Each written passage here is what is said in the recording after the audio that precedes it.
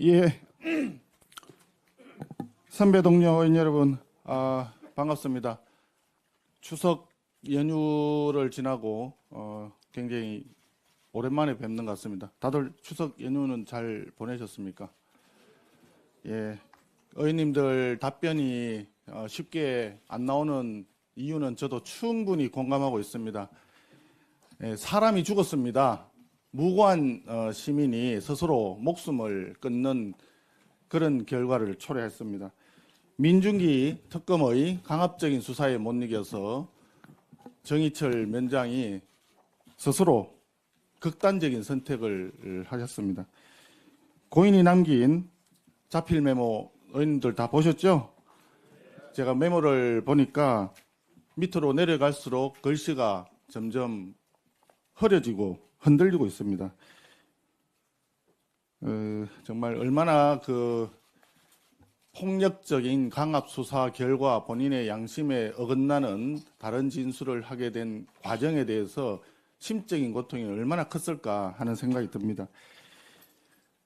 개인적인 그런 심적인 고통이라든지 아픔에 대해서 충분히 공감을 하고 유족들께도 참 아쉽다는, 안타깝다는 위로의 말씀을 전하면서 내용을 좀 보겠습니다. 여러분 그 내용 다 보셨죠? 정말 충격적인 내용입니다. 사실을 말해도 거짓이라고 한다. 진술서 내용도 임의로 작성해서 답을 강요했다. 빨리 도장 찍으라고 계속 강요한다. 이런 내용입니다. 이게 사실이라면 특검은 고인에게 거짓 진술을 강요를 한 것입니다. 결론을 정해놓고 정언을 끼워 맞추기식으로 수사를 했다는 이야기입니다. 맞습니다. 특검이 이를 해명을 했는데 그 해명이 더 이상합니다. 이미 확보된 진술을 확인하는 과정에서 진행했고 새로운 진술을 구할 필요가 없었다. 이렇게 얘기를 했습니다. 이미 확보된 진술이 있는데 왜 강압적으로 수사를 해야 되고 진술을 강요해야 됩니까?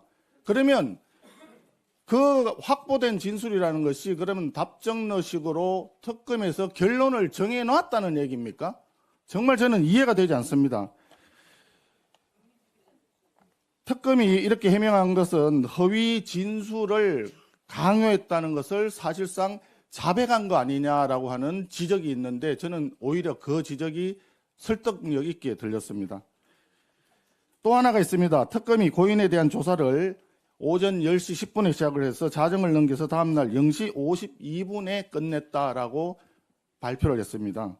15시간에 가까운 마라톤 조사를 했다는 건데요.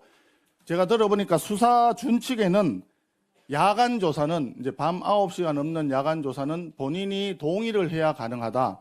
그리고 본인이 동의를 해도 수사 준칙상 밤 12시는 넘겨서는 안 된다. 이렇게 규정하고 있답니다. 그런데 0시 52분에 끝났다고 하니까 특검에 저희들이 공개적으로 질의를 하지 않을 수가 없습니다. 야간 조사에 대해서 본인 동의 받았습니까?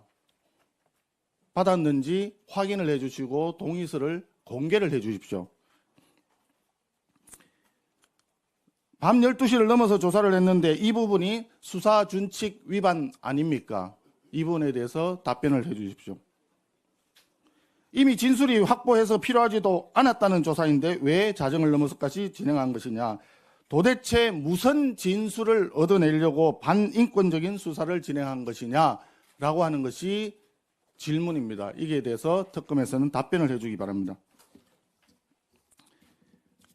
경찰은 한술 더 뜨고 있습니다. 고인께서 남긴 이 메모 외에, 이 메모는 10월 3일장가로 되어 있습니다. 이 메모 외에 유서를 남겼는데 유서가 20장이 넘는다고 지금 알려지고 있습니다. 그런데 경찰이 이 유서를 털어주고 공개를 하지 않습니다. 유서는 고인이 되신 분이 직접 작성을 하고 유족들이 소유권을 가지고 있는 거 아닙니까?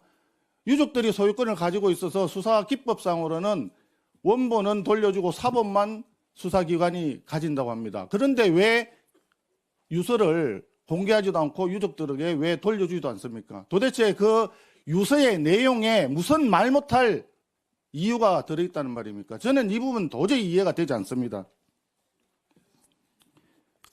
또 하나 더 있습니다. 왜 고인의 시신은 유족들이 반대하는데 갑자기 강제로 부검을 해야 되는 건지 그것도 솔직히 이해가 잘 안 됩니다. 특검과 정치 경찰의 폭력적 만행을 더는 좌시할 수 없습니다. 특검의 살인적 기법을 활용한 폭력적 수사, 진상 규명해야 되지 않겠습니까?